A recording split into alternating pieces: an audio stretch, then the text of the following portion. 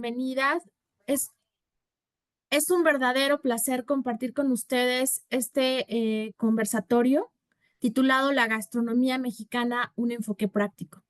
Este conversatorio es organizado por el Comité de Comunicación Internacional, Diplomacia Pública y Cultural de la Asociación Mexicana de Estudios Internacionales, AMEI, en conjunto con el Instituto Matías Romero, la Universidad de las Américas Puebla y NACDI, the North American Cultural Diplomacy Initiative.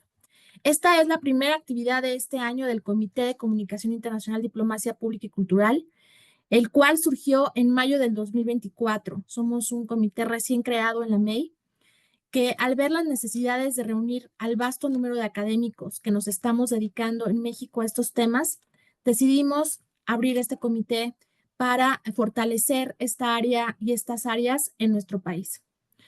Hoy nos encontramos en este foro en el que vamos a conversar con la ponente Magdalena Pérez Palomo de Chilén, que es una organización promotora de la comida mexicana, quien estará a cargo de explicarnos la practicidad de la gastrodiplomacia, cómo funciona en la práctica. Y con nuestro académico Rodrigo Márquez, diplomático de carrera del Instituto Matías Romero, quien abordará la parte académica y histórica de la gastrodiplomacia. Esta mesa o este conversatorio será moderado por María Montemayor. Aquí les alentamos a que envíen sus preguntas a través de los comentarios de Zoom o bien por la transmisión en vivo que se está desarrollando en estos momentos por la página de Facebook de la AMEI, la Asociación Mexicana de Estudios Internacionales. Les agradecemos, estamos atentos y les cedo la palabra a mi colega María. Adelante, María. Perdón, Tania. Muchas gracias, Tania. Buenos días, bienvenidos, bienvenidas. Y voy a dar lectura a nuestros participantes del día de hoy. Primero, Rodrigo Márquez Lartigue es miembro del Servicio Exterior Mexicano desde 1998. Actualmente es consejero y está adscrito al Instituto Matías Romero. Estudió la licenciatura en Relaciones Internacionales. Además, se graduó de las maestrías en estudios del sureste de Asia, estudios diplomáticos y en relaciones internacionales. En la Cancillería colaboró en las direcciones generales para Asia-Pacífico, América del Norte y Protección Consular. Además, laboró en los consulados de México en Boston y San Paul en Estados Unidos. Asimismo, se desempeñó en la Secretaría de Economía de octubre de 2021 a noviembre de 2022 y es profesor de la asignatura de Diplomacia Cultural y Diplomacia Pública. Por otra parte, Magdalena Pérez Palomo es licenciada y maestra en Administración de Empresas por el TEC de Monterrey. Se desempeñó en diferentes corporativos por más de 20 años. Desde 2017 se ha especializado en investigación de la cultura y cocina tradicional mexicana en diferentes instituciones, como la Escuela Mexicana de Gastronomía, en la Escuela Nacional de Antropología e Historia, ENA, entre otras. Ha impartido charlas en diferentes instituciones educativas, Sencali, Casa del Maíz, Fundación Herdes, la Universidad del Claustro de Sor Juana, la Embajada de México en Italia, Olivewood Gardens en San Diego, California, y colaboró en el segmento Entre Sabores en Casa de México en España. También ha sido staff del equipo culinario en el concurso A qué sabe la patria en 2023 y 2024. Actualmente dirige el emprendimiento Chilén, un espacio de divulgación en el que a través de charlas, talleres y recorridos gastronómicos promueve la cultura alimentaria en México y ha participado en programas de turismo basados en el desarrollo comunitario con cocineras tradicionales en Yucatán, México. Bueno, ahora me gustaría comenzar este conversatorio con dos preguntas para Rodrigo. Y estas dos preguntas son las siguientes. ¿Qué es la gastrodiplomacia y para qué sirve? Muchas gracias, María. Muchas gracias, Tania. Gracias, Isaac. Antes de empezar, nada más quiero aclarar que la opinión que digo es personal y no representa la de nadie más. Y muchas gracias por las preguntas. La gastrodiplomacia, que es básicamente, si lo ponemos de una manera muy clara, es el uso de la comida para obtener algún objetivo de política exterior, ¿no? Entonces, es lo que nos abre esta puerta de las delicias de la comida y ya Magdalena nos contará un poquito más de lo que está haciendo. Pero el término es un término nuevo. Algunos de los participantes no habían nacido, nació en el 2020, en el 2002, referente a Tailandia. Y a partir de ahí muchos países la hemos utilizado para promover ahora sí que nuestra identidad nacional, entre otras cosas. ¿Y para qué sirve? La diplomacia, la gastronómica sirve para varias actividades, ¿no? El escritor Paul Rockover, que es uno de los que más ha escrito, ha definido que la gastrodiplomacia sirve en parte para inscribir las comidas o los alimentos de nuestros países en la lista en la lista de los bienes culturales inmateriales de la humanidad de la UNESCO. También sirve para promover tanto en los restaurantes, la apertura de restaurantes. Tailandia fue el primero que empezó a promoverlo en todo el mundo, y los que vivimos aquí en México, antes no había restaurantes tailandeses y ahora podemos observar que hay varios, entonces ha tenido éxito. Y también es un poco para promover los productos del país. En ese caso, Tailandia era un productor muy grande de varias materias, y en nuestro caso, México, pues todo el mundo sabe, este fin de semana es el Super Bowl y todo el mundo sabe el aguacate y el guacamole. En ese evento ya se volvió algo casi, casi tradicional, ¿no? Entonces, y básicamente la gastrodiplomacia es a través de la comida promover la historia, y la relación, y acercarse a las sociedades extranjeras. ¿No? ¿Quién no ha participado en una comida que lo invitaron a algún conocido, una comida local de otro país, y a partir de eso uno se interesa y dice, yo comí sushi, me interesa conocer un poco más de esa cultura, y va y ve películas, o hasta en un caso uno se va, decide ir a viajar, ¿no? Y eso seguramente Magdalena nos va a contar de todas estas personas que deciden venir a México a probar los platillos. No van a conocer también pirámides y museos, pero ellos lo que quieren es ir a comer. Entonces, básicamente esos son los principios básicos. Es una nueva área del estudio de la diplomacia pública y cultural, y por eso estamos aquí, y con eso concluyo, y ya después podemos ahondar, pero quiero dejarle el tiempo más a esta Magdalena. Muchas gracias. Gracias, Rodrigo. Antes de que le pase la palabra a Magda o le haga una pregunta a Magda, tú nos hablabas justamente de esta promoción, ¿no? Inclusive de cumplimiento de objetivos de política exterior. Entonces, en este caso, yo te quisiera preguntar, ¿cuál es la posición de México con respecto a la gastrodiplomacia? Pues fíjate que México fue un país pionero.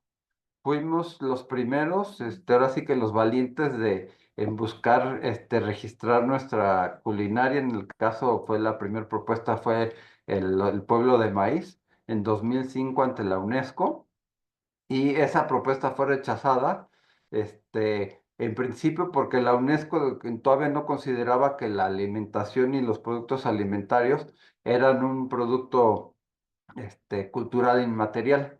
Pero fue gracias a las acciones de México en una declaración de Campeche de 2008 que ahora sí que se abrió camino, y después hubo otras declaraciones en Barcelona, y hubo una reunión para que en 2010 el UNESCO y los expertos que deciden el registro pudieran abrir la oportunidad a los países para registrar productos culinarios. Entonces, en este caso, México fue un pionero, y hemos estado promoviendo a lo largo de los años. En el sexenio anterior hubo 40 eventos oficiales de gastrodiplomacia, y hubo con 50,000 personas que participaron, y hubo 2 semanas de gastronomía que normalmente se realizan alrededor del 16 de noviembre, que es la fecha del Día de la Cocina Mexicana, que es la fecha cuando se registró la comida mexicana como patrimonio inmaterial de la humanidad. Muchas gracias. Gracias, Rodrigo. También ir invitando a los participantes, ¿no? Que más adelante nos vayan mandando sus preguntas para ir platicando, ¿no? O sea, desde estos esfuerzos de 2005 que no funcionan, que también hay un esfuerzo, ¿no? De cabildeo, de diferentes países y es un proceso que se logra hasta 2010, como tú nos estás diciendo. Magda, a mí me gustaría preguntarte, con base en tu experiencia y trabajo de investigación, ¿de qué manera la cocina mexicana es un instrumento de intercambio o comunicación de dos vías? Es decir, que no solamente recibe, pero también aporta al mundo. Sí, muchas gracias, tanto a Rodrigo, a María y a Tania por este espacio. Retomo las palabras de Rodrigo de la gastrodiplomacia, nos permite a través de la gastronomía compartir nuestra identidad. Pero aquí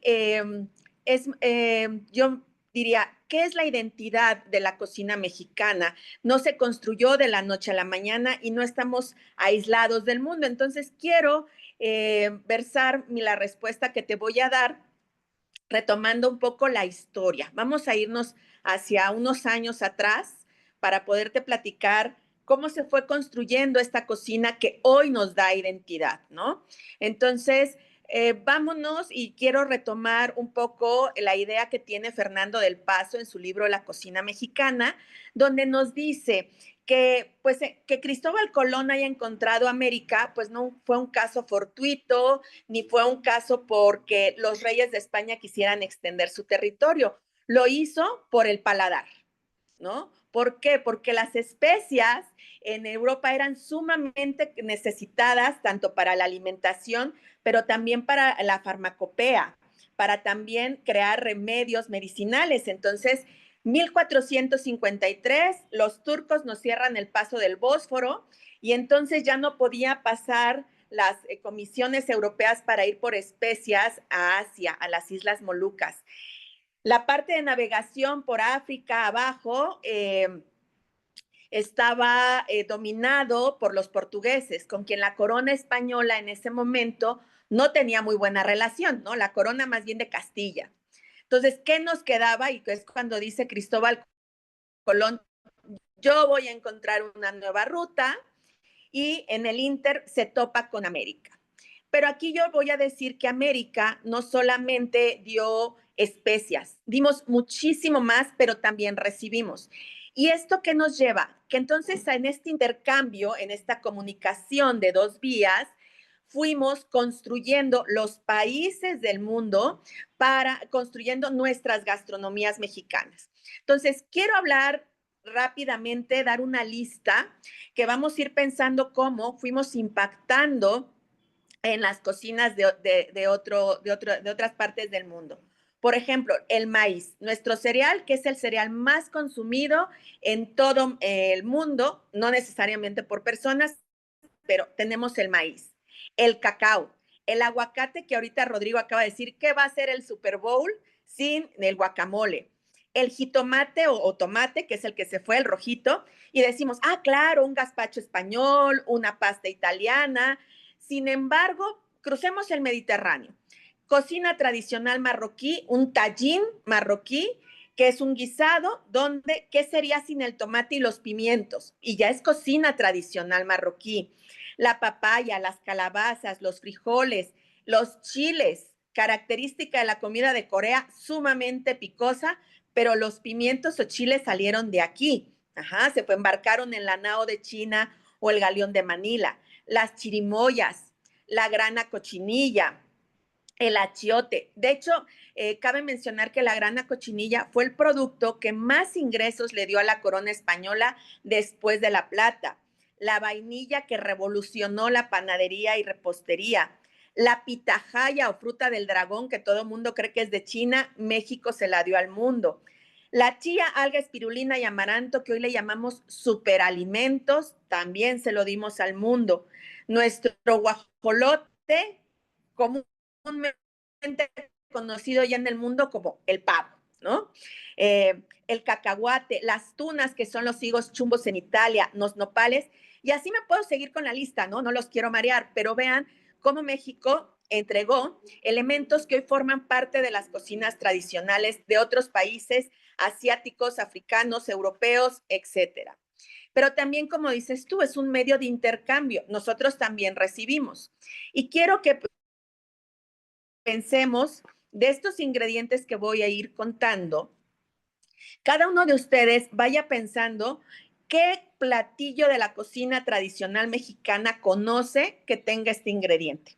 Vamos a platicar. El cerdo, la cochinita pibil hecha con cerdo pelón, un cerdo que nos llega de Europa y ahora ya tenemos nuestra raza, que es el cerdo pelón yucateco. Las gallinas y obviamente los huevos. Borrego, una rica barbacoa. Los chivos, cabritos, vacas y los lácteos. Oigan, un queso cotija de Michoacán. Los olivos y con ello las aceitunas y el aceite de oliva. Manzanas, duraznos y nogales que hoy forman parte de nuestro chile tradicional, chile en nogada, ¿no? Que lo comemos entre agosto y septiembre. Los limones, las naranjas, el arroz, que aparte de platillo también lo hacemos horchata. Y entonces la horchata, el agua de Jamaica, que viene de África, y el tamarindo, ¿qué decimos cuando vamos a algún lugar? ¿Tendrá agua fresca? Y es un agua mexicana, que ya le llamamos así, pues fue hecho con elementos que nos llegaron de otras partes del mundo. El luego los mangos, la canela, el higo, el azúcar que crea y abre toda la gama de la dulcería mexicana que hay en todos los rincones del país. Las lentejas, las habas, oigan, un tlacoyito de habas, que todos decimos es muy mexicano, sí, pero el haba nos llegó de fuera. El trigo, que no solamente hacemos pan, en Texcoco hacen agua de trigo como agua fresca. Claro, el vino y las uvas, el romero, comino, clavo, la nuez moscada, el ajo, la cebolla, la zanahoria, las papas, las fresas, y así nos vamos siguiendo. Y entonces así fuimos construyendo nuestra cocina mexicana, de la que hoy decimos es la que nos da identidad. Y un ejemplo muy claro con el que quiero ahondar esto es el chocolate. ¿A quién no nos gusta un chocolate, no?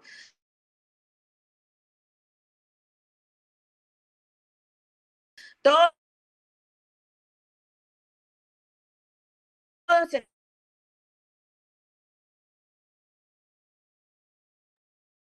Creo que estamos teniendo problemas de conexión con Magda. ¿Es el caso? Sí, así es, no se está escuchando Magda. Rodrigo, quizá tú podrías comentar algo al respecto. Y lo que nos está contando es que nuestra comida y lo que es nuestra identidad es una mezcla de diferentes productos, ¿no? Y a veces todo el mundo quiere decir que el platillo original es de algún país, pero en verdad son pocos los platillos originales que no hayan tenido esta mezcla de los diferentes pues ingredientes y sabores, ¿no? Y muchas veces puede ser los mismos ingredientes, pero preparados de manera distinta, lo que le hacen diferenciarse, ¿no? Entonces es una área donde es muy rica, ¿no? Y México, pues, algo que les puedo compartir es que además de los esfuerzos que hace el gobierno, tiene una vastísima grupos de personas y de organizaciones que se dedican a promover nuestra cultura de manera independiente, como lo hace Magda, ¿no? Y en este caso, uno de los grandes logros que se tuvo con el registro en la UNESCO es que se visibilizó a las cocineras tradicionales, porque ellas portan todos estos conocimientos de qué plantas, ¿no? Cocinarlas y va cambiando de lugar, ¿no? Mi familia es de Veracruz y la hoja santa o el acuyo se trae, y se prepara de una forma distinta en diferentes lugares. Entonces, la visibilización de las cocineras tradicionales ha dado un impulso muy grande porque de que estuvieran en su casa cocinando y que varias personas lo disfrutaran en este momento. Hay todo un grupo de cocineras tradicionales que tienen restaurantes, que los visitan, ¿no? En Oaxaca ahora sí que es un gran éxito que hemos tenido la visita. Ya regresó Magdalena. Adelante, Magdalena. Sí, Magda, nos sí, quedamos en la parte del chocolate. sí. Gracias, María. Algo pasó con la conexión.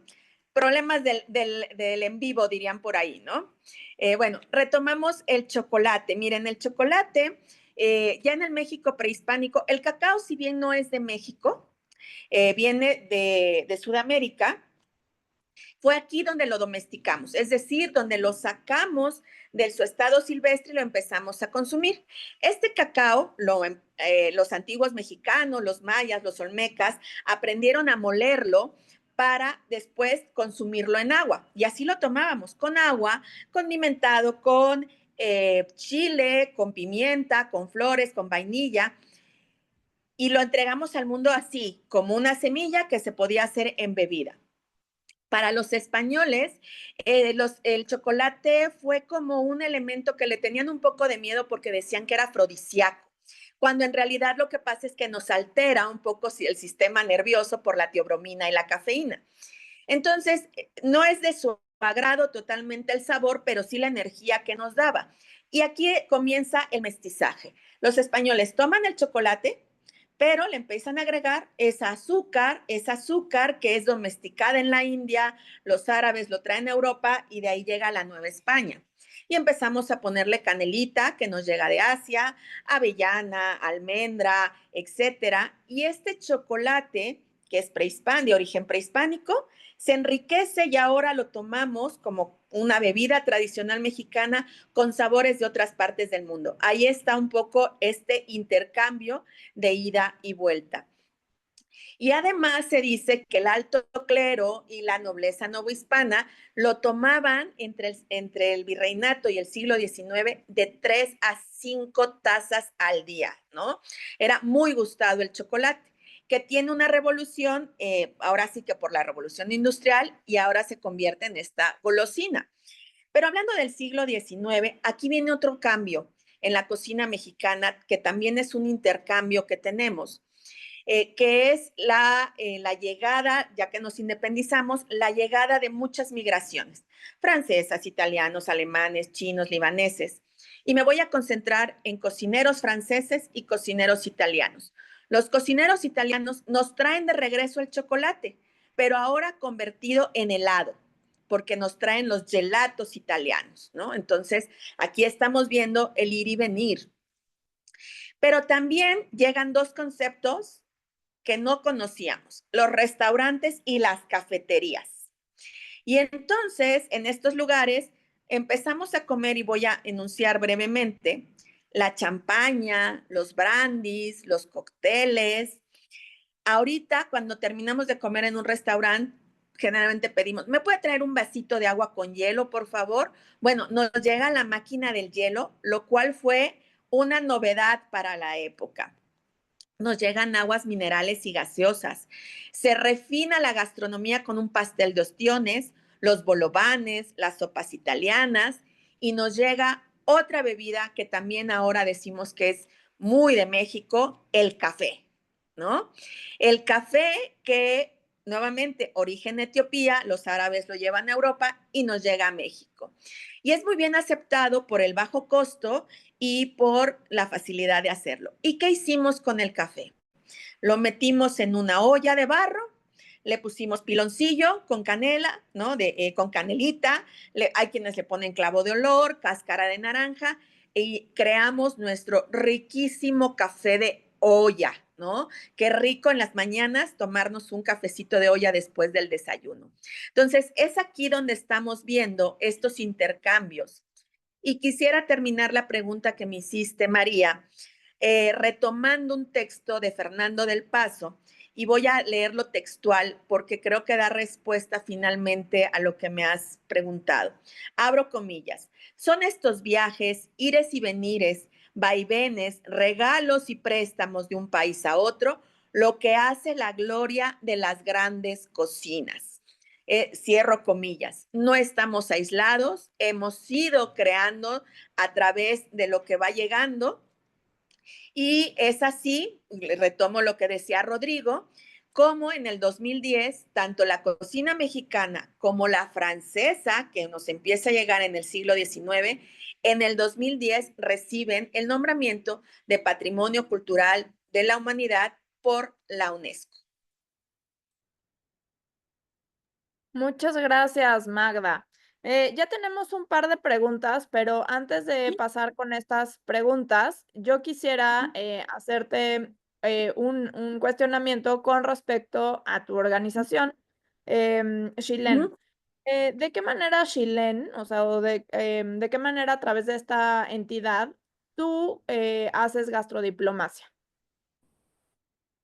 Uy, pues mira, prácticamente me dedico a la gastrodiplomacia de una manera, pues no política ni formal, ¿no? Porque, mira, platicamos hace rato, yo me dediqué muchos años a trabajar en corporativos, incluso en restaurantes de cocina mexicana, corporativos a nivel nacional. Pero me empezó a surgir la inquietud de estudiar más la cocina mexicana y me voy con el Yuri de Gortari, el cocinero Yuri de Gortari y su socio Edmundo Escamilla, y hago un diplomado de guía de turismo gastronómico, ¿no? Con ellos. Mi idea no era tanto ser el guía, sino generar un emprendimiento donde se hiciera la divulgación, pero de una manera práctica, didáctica, divertida de la cocina mexicana, ¿no? Entonces, de Edmundo Escamilla aprendo a hacer recorridos que yo les llamo gastronómico-culturales, porque los turistas o quienes nos acompañan, que incluso han sido hasta chefs de escuelas de Canadá, no solamente vamos comiendo, que es lo que hacen muchas empresas que se dedican a recorridos gastronómicos.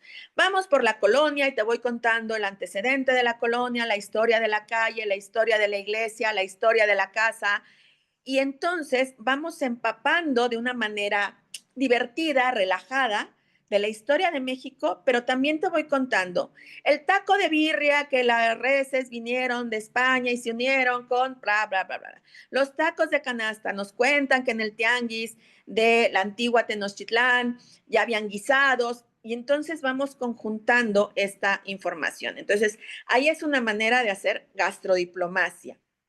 La otra, y era algo que decía Rodrigo, las experiencias ahora dando entrada ya a los productores y a las cocineras.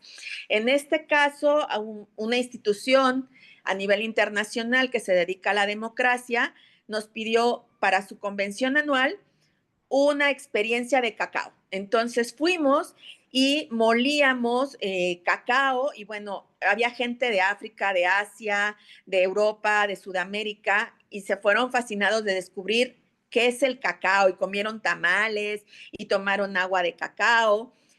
O bien fuimos con una cocinera tradicional en Xochimilco, otro evento, donde se habló con mujeres chinamperas, estas mujeres que están resistiendo a la pérdida de su territorio, pero hablamos alrededor de un molito con frijol ayocotes, con unas tortitas de amaranto, hecho por una cocinera tradicional de Xochimilco.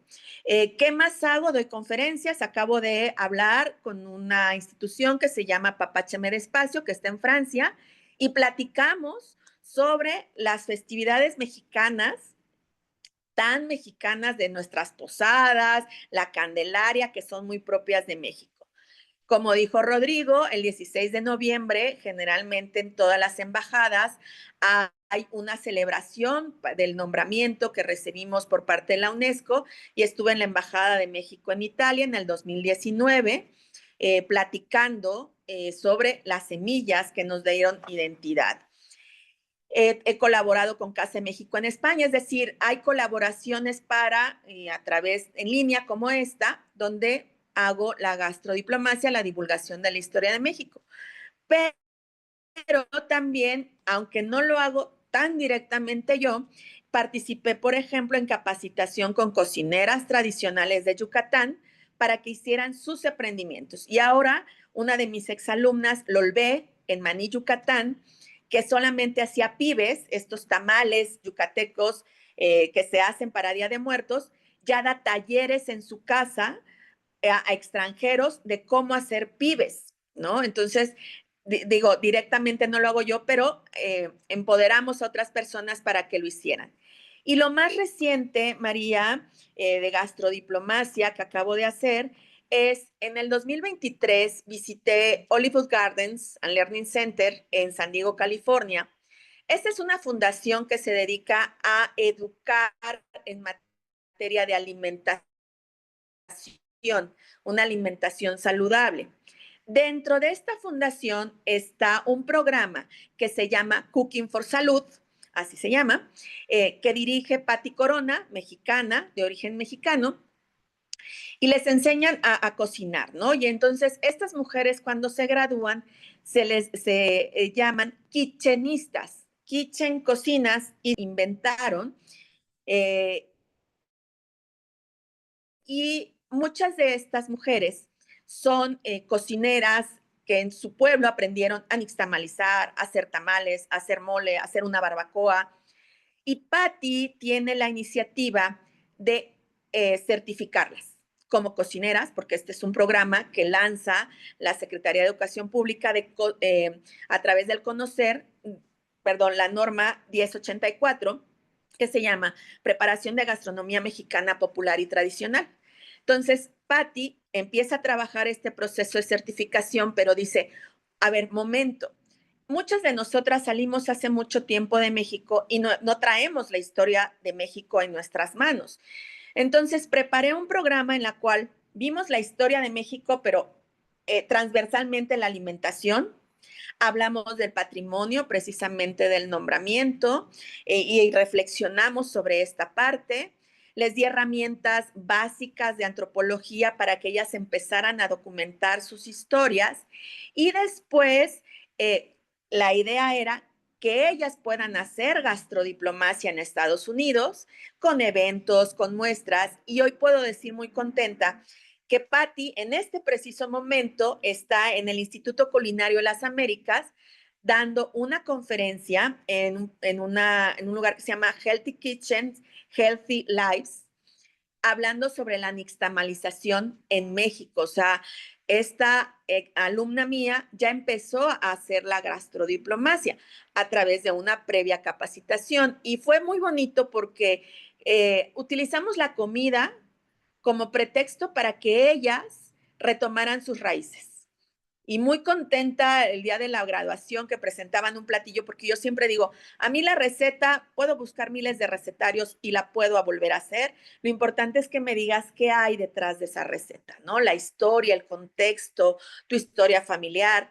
Y bueno, me hicieron llorar porque conectaron realmente a través de la comida con sus historias familiares. Entonces, esa es la parte que yo pues desarrollo de gastrodiplomacia. Yo hago investigación en la Escuela de Antropología, me da las bases y con eso se enriquecen nuestros recorridos, nuestras charlas, con bases firmes y con trabajo y experiencia con cocineras tradicionales y con productores directamente. Muchas gracias, Magda. De tu intervención, ¿no? O las respuestas a estas dos preguntas, pues yo sí quiero recalcar cómo la cocina, pues es un medio de intercambio sin fronteras, ¿no? O sea, hoy al contexto al que nos enfrentamos, donde pues haya una aversión hacia la migración, hacia el otro, pues justamente una de estas áreas donde tenemos para tener un intercambio que además nos llega mucho al corazón, o sea, es algo que creo que todos tenemos muy, muy cerca, que es también parte de nuestra identidad, pues es justamente esta cocina, estos sabores con los que vamos creciendo y vamos viviendo. Dicho esto, quiero dar paso a la parte de preguntas y respuestas. Ya tenemos dos preguntas de nuestros colegas, bueno, de hecho tres. ¿Les parece que dé lectura a estas preguntas? Y entonces les doy la palabra a Rodrigo, Magda, para que ustedes nos las vayan contestando. Nuestra colega Priscila Magaña nos pregunta, considerando el papel de la comunidad de restauranteros mexicanos en el mundo como agentes en la diplomacia persona a persona, ¿hay experiencias que a su parecer sean emblemáticas para representar el potencial de la gastrodiplomacia? Esa es una pregunta. La segunda, también de Ray Freddy, es ¿la gastrodiplomacia solo la puede implementar el gobierno central o también gobiernos y actores locales pueden realizarla? Después acá en el chat hay una tercera pregunta Digo, si quieren que en algún momento las repita, con mucho gusto las repito. ¿Desde qué momento histórico México comenzó a utilizar la gastrodiplomacia como estrategia de política exterior? Y hay otra que viene de Facebook, de Ricardo Muñiz, de San Pedro Tlaquepaque, Jalisco, y nos pregunta, ¿cómo podríamos las entes subnacionales, como son los estados y municipios, participar más en la gastrodiplomacia en turismo de experiencia?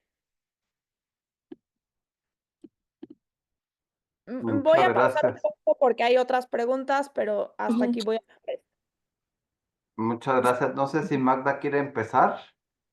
Sí, Rodrigo, mi red falló otra vez unos segundos y me perdí de las dos primeras preguntas, María. Yo te pediría si me las pudieras repetir Claro que sí. y... ¿Mm?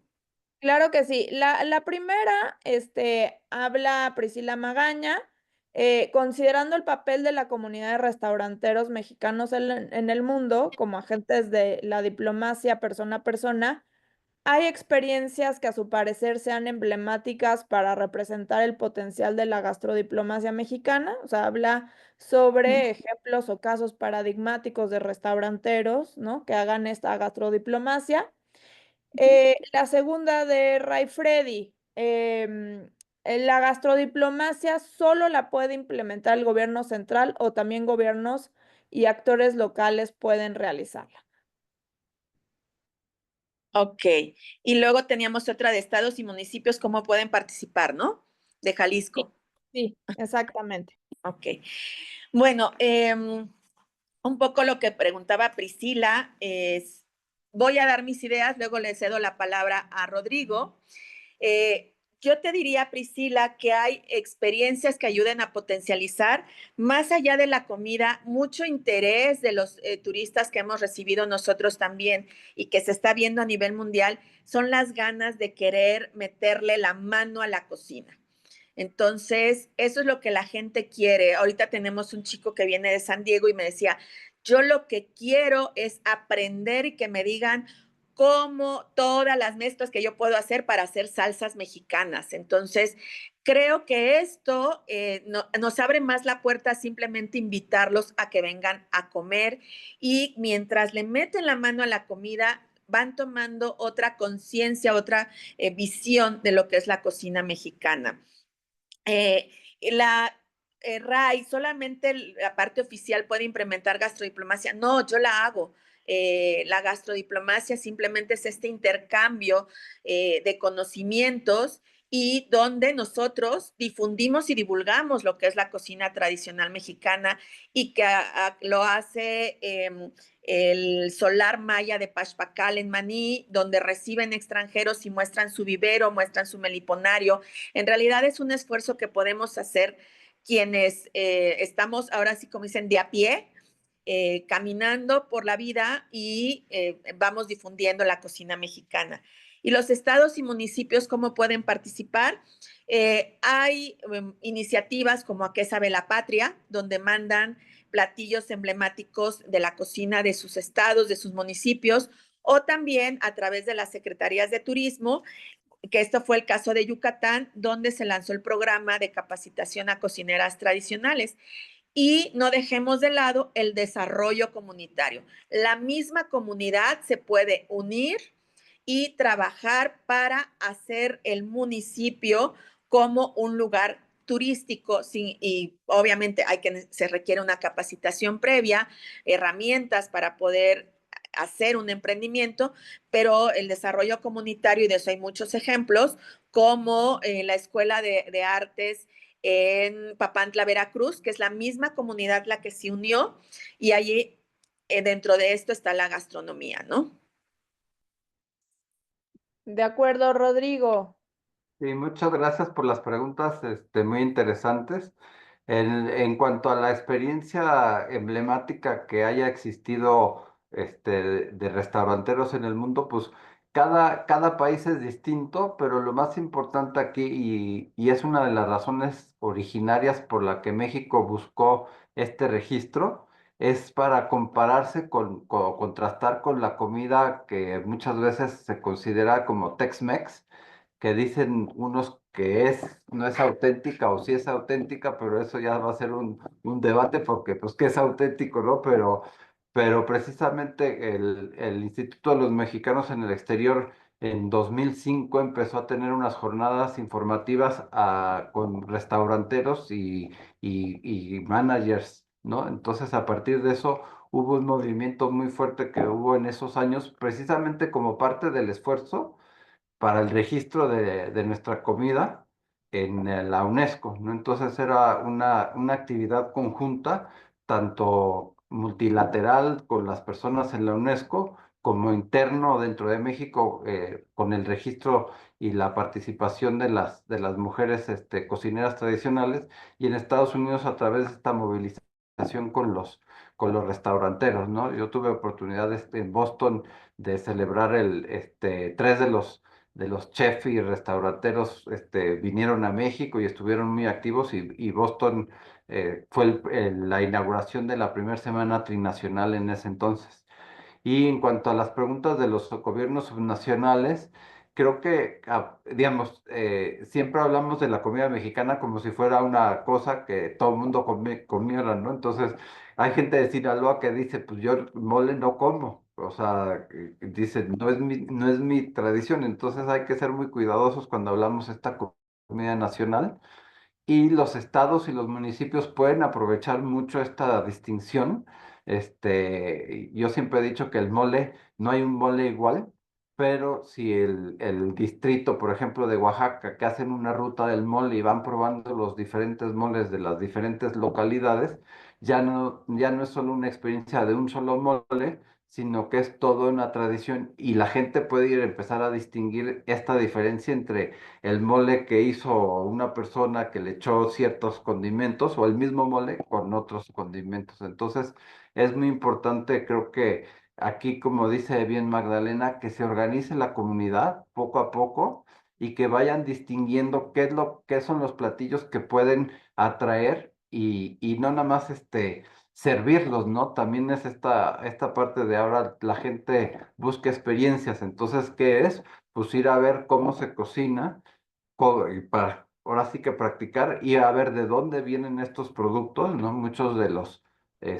estos movimientos de cocina vienen de que se usen productos locales lo más posible, que sean frescos. Entonces uno quiere ir a ver de dónde vienen los quelites, ¿no? Que muchas personas en México no saben de dónde vienen. Entonces es una experiencia completa, y ahí hay que tratar de organizarse, y muchas veces también identificar qué recursos tiene la comunidad, porque a veces nosotros mismos desconocemos qué hay y qué puede promoverse, ¿no? En Jalisco, pues todo el mundo conoce el tequila y lo venden por todos lados, pero pues también está la raicilla, ¿no? Entonces, y el tejuino, que son cosas que pueden distinguirlo y decir, bueno, aquí hay tequila, pero también tenemos estas bebidas, ¿no? Entonces, ¿y cuándo fue que México empezó la gastrodiplomacia? Oficialmente yo creo que fue cuando decidió presentar el pueblo de maíz ante la UNESCO, y fuimos muy valientes porque no había, nadie lo había hecho, y obviamente nos rechazaron, pero fue un rechazo entre que la UNESCO decía que la comida no era un bien inmaterial, y también un poco una cuestión en cómo se presentan estas. Entonces, a partir de ahí en 2005 trajeron a los chefs mexicanos, fue cuando se presentó en la UNESCO. Entonces fue a raíz de eso que se ha hecho, y algo que a mí me da mucha alegría es que, a pesar de que el gobierno ha estado apoyando, es en verdad un esfuerzo de raíz, de personas como Magdalena, ¿no? De las chiquenistas, que es como sale, y porque eso es lo más auténtico, ¿no? Nosotros podemos promover ciertas cosas, pero ahora sí que este esfuerzo orgánico que a través, y Oaxaca es un ejemplo donde pues ahorita ahí es un boom, la gente va y digamos, es rica en cultura, pero van, dicen, yo quiero ir a probar moles, quiero ir a probar mezcales, y cada uno de nuestros estados y municipios tiene estas particulares que podemos aprovechar. Con esto lo dejo aquí para seguir con las preguntas. Perfecto, muchas gracias, Rodrigo y Magda. Pues estamos entrando a la recta final de nuestro evento. Y de sus intervenciones quiero decir, ¿no? Como lo que dice Rodrigo, que cuando hablamos de la cocina mexicana no podemos hablar, ¿no? Como de la cocina o de una sola cocina, sino que no lo podemos ver como un monolito, que realmente es un factor de gran riqueza de nuestro país. Que bueno, por ejemplo, aquí la MEI, cada año tenemos un congreso y tenemos la oportunidad de ir visitando diferentes estados y justamente nos vamos dando cuenta de la gran diversidad que hay, y uno de estos campos, pues claro que es la cocina. Y también decirles que pues en el seno de este comité de comunicación internacional, diplomacia pública y diplomacia cultural, pues tenemos muchas veces, y no solamente limitado el tema de la gastrodiplomacia, pero uno de los debates que tenemos es de que, bueno, pues la diplomacia en este contexto contemporáneo no solamente estamos hablando de la que hace el Estado, sino también de otros tipos de actores, ¿no? O sea, como por ejemplo aquí tenemos a Magda, ¿no? Justamente por esto es el título de este conversatorio, que es un enfoque práctico.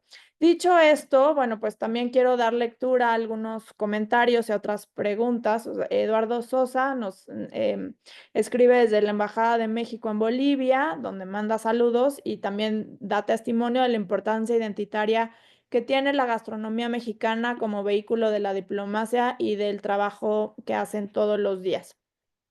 Y tengo otras preguntas.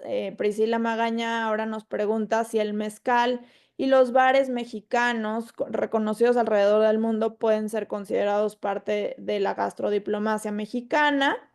Em, Jasmina Mezcua nos pregunta, ¿tiene alguna propuesta para que la gastrodiplomacia sea promovida por las embajadas o consulados, considerando la austeridad republicana que implican recortes en gastos en la promoción?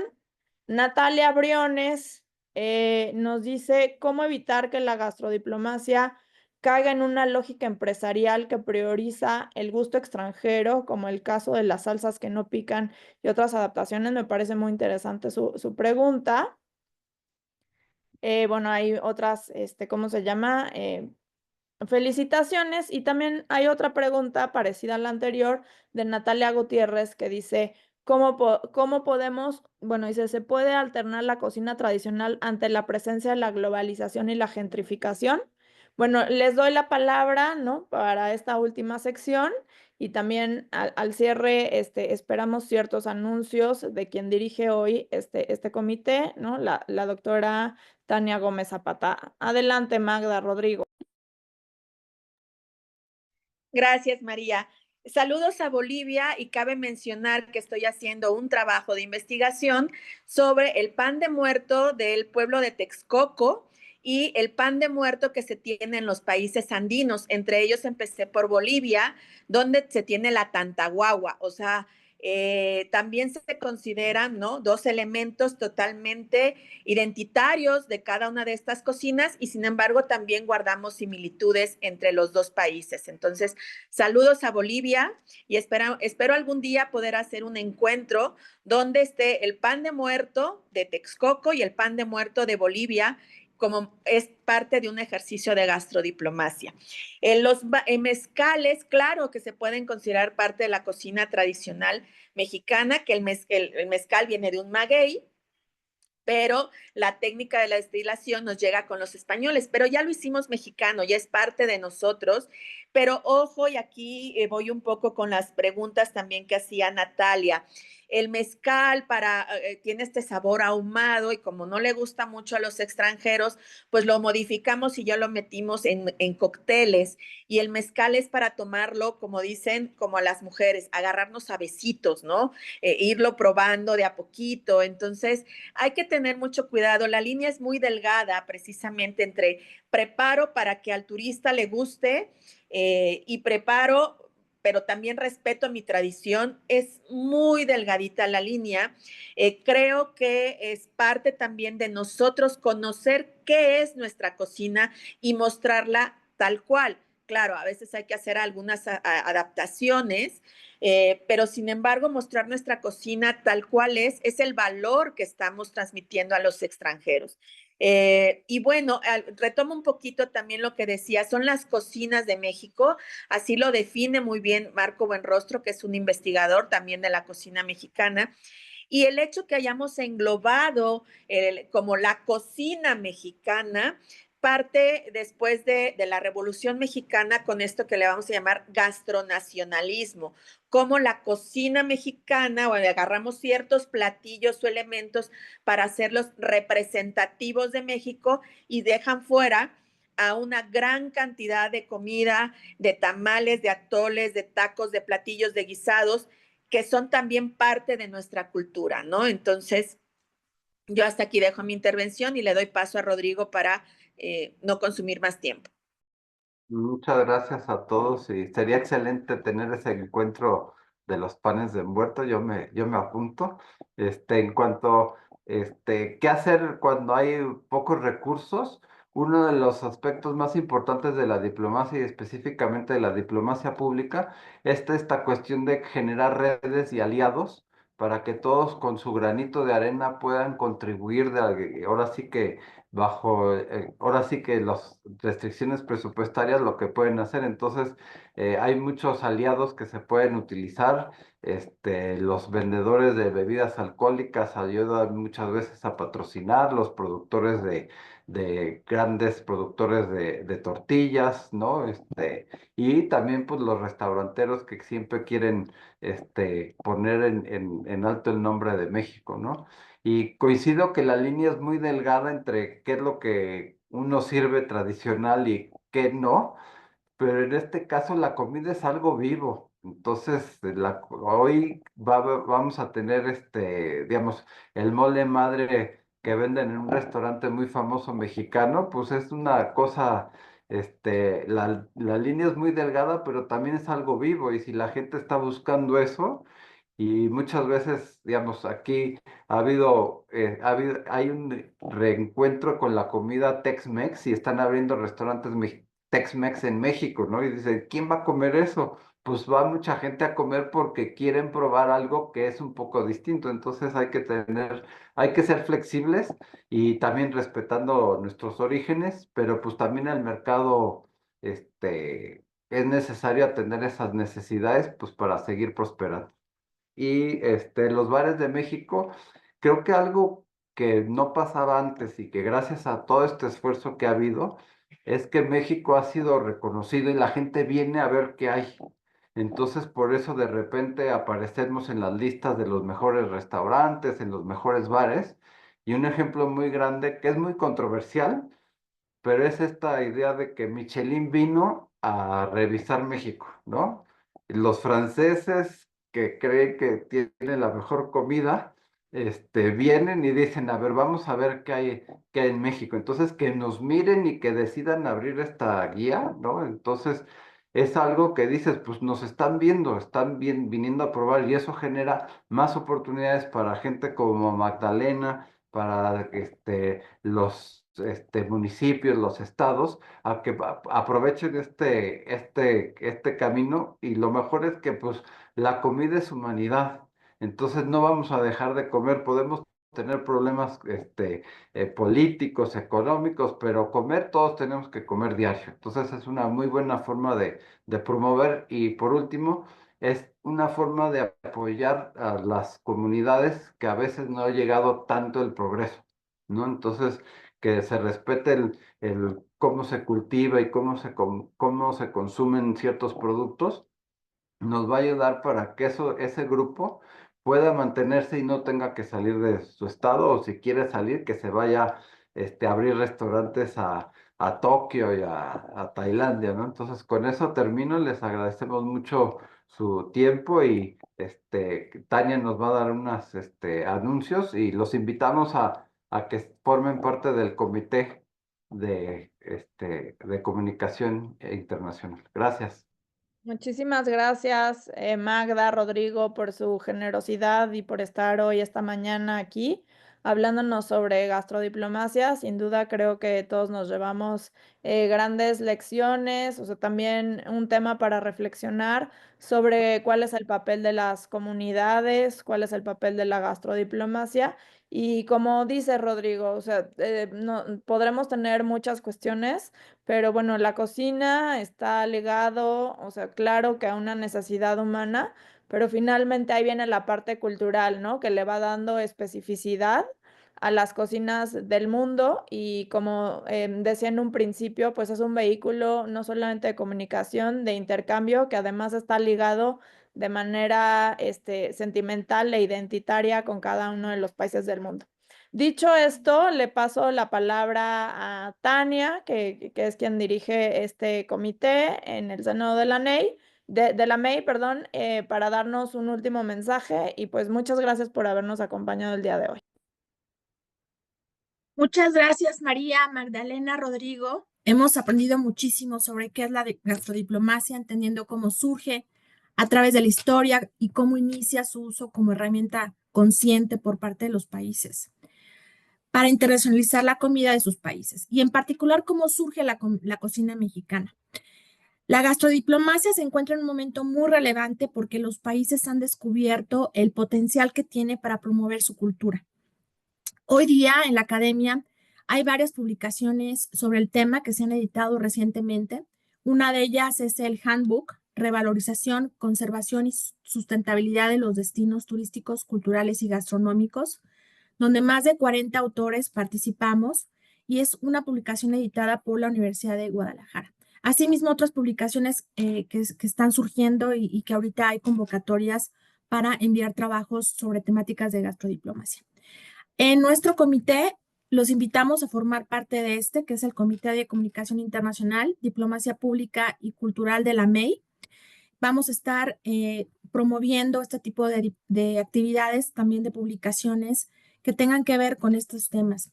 Nos pueden escribir a nuestro email, que es comunicacionyDiplomacia@amei.mx. También los invitamos a seguir nuestras redes sociales en X o antes Twitter. Nos encuentran como Común y Diplo-Amei. Facebook nos encuentran como Comunicación Diplomacia Amei. En Blue Sky nos encuentran como comunicadiplomacia.bsky.social.